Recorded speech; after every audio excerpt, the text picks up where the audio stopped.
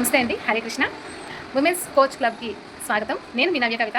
Business strategy episode number 7లో మనం ఈరోజు తెలుసుకోబోయేది ఏంటంటే, ఈరోజు చాలామంది బిజినెస్లో ఎందుకు ఫెయిల్ అవుతున్నారు, వాళ్ళు చేసే 5 పెద్ద తప్పులు ఏంటి, ఈ విషయాన్ని మనం పూర్తిగా తెలుసుకుందాం. మొట్టమొదటి తప్పు ఏంటంటే, మార్కెట్ రీసెర్చ్ చేయకుండా బిజినెస్ స్టార్ట్ చేయడం.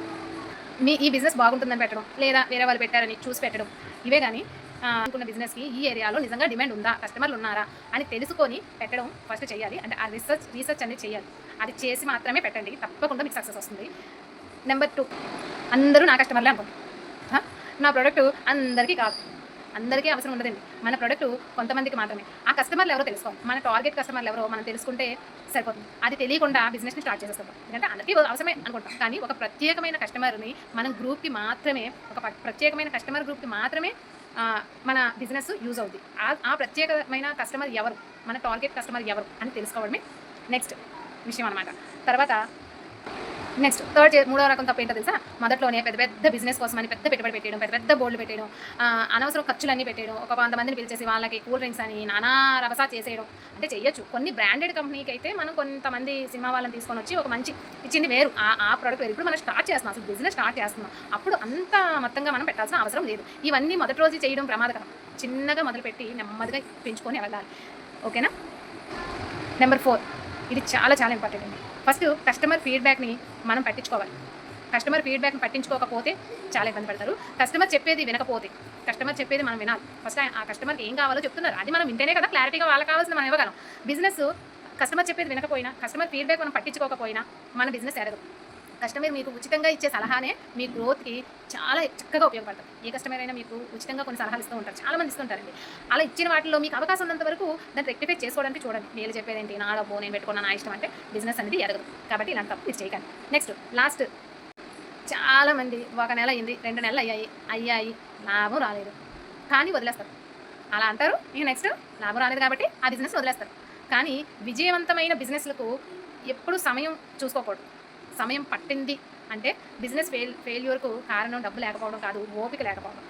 మీ బిజినెస్ ఫెయిల్ అయ్యింది అంటే కారణం సరైన టైంకి సరైన నిర్ణయాలు తీసుకోవాలి. ఇప్పుడు మీ బిజినెస్లో ఒకప్పుడు ఒక చిన్న విషయం చెప్తానండి. పాతకాలంలో ఒక ఏరియాలో ఒక చిన్న కిరాణా కొట్టు పెట్టుకుంటే చాలు, అక్కడికే అందరూ వచ్చేసేవారు. ఇప్పుడు ఏమైందండి, ఇంట్లో సెల్లో కూర్చొని ఆర్డర్ చేస్తే ఇంటికి వచ్చేస్తున్నాయి సరుకులు.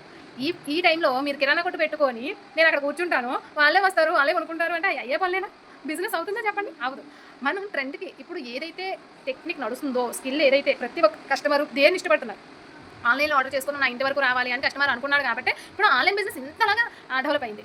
అదే పని మనం చేస్తాం. లోకల్లో ఉండి ఒక నెంబర్ ప్రతి ఇంటికి మీరు సర్వే చేసుకొని, మీ లోకల్ ఏదైతే ఉందో సర్వే చేసుకొని, ఆ సర్వేలో నుంచి ఈ ప్రోడక్ట్ పలానా మా దగ్గర ఉంటుంది ఇలా మా ఇంటి దగ్గర ఒక చిన్న విషయం చెప్తానండి. మా ఇంటి దగ్గర ఒక టిఫిన్ స్టాల్ ఉంది, జస్ట్ బండి మీద పెట్టారు. కానీ ఆయన ఏం చేస్తున్నారంటే, ఈ రోజు టిఫిన్ షాప్కి కొనడానికి వెళ్ళేటప్పుడు, సార్ మాకు లేట్ అవుతుంది, వేగా కట్టేయండి అన్న లేదా నించున్నా, ఆయన ఇచ్చే సలహా ఏంటంటే, సార్ మా నెంబర్ నోట్ చేసుకోండి, నెక్స్ట్ మీకు టిఫిన్ కావాలనేటప్పుడు మీరు రాకపోయినా పర్లేదు, ఈ నెంబర్కి ఒక ఫోన్ వాట్సాప్లో మెసేజ్ పెట్టినా, లేదంటే మాకు కాల్ చేసినా మేము ఆ పార్సల్ కట్టేసి రెడీగా ఉంచుతాం, మీరు వచ్చి పట్టుకొని వెళ్ళిపోండి. మళ్ళీ ఆయన డోర్ డెలివరీ ఇవ్వట్లేదండి, కానీ నిలబడే పని ఉండదు. పిల్లలకి స్కూలు ఇవన్నీ అంటే ఆలోచించండి, ఆయన ఎలా ఆలోచిస్తున్నారు. ఇప్పుడు అవతల పర్సన్కి ఏం కావాలి అది మీరు క్యాచ్ చేసి బిజినెస్ని ముందుకు తీసుకొని వెళ్ళి, కస్టమర్ దేవుడండి, దేవుడు. అలా అనుకొని మీరు కస్టమర్ని మీరు కరెక్ట్గా లీడ్ చేయగలిగితే, ఒక్కసారి కస్టమర్ మీ మీద ట్రస్ట్ చూపించారు అంటే తప్పకుండా, ఇప్పుడు నేను చెబుతున్నాను అంటే మీరు నన్ను నమ్ముతున్నారు కాబట్టి మీరు చూస్తున్నారు, తెలుసుకుంటున్నారు. ఓకేనా.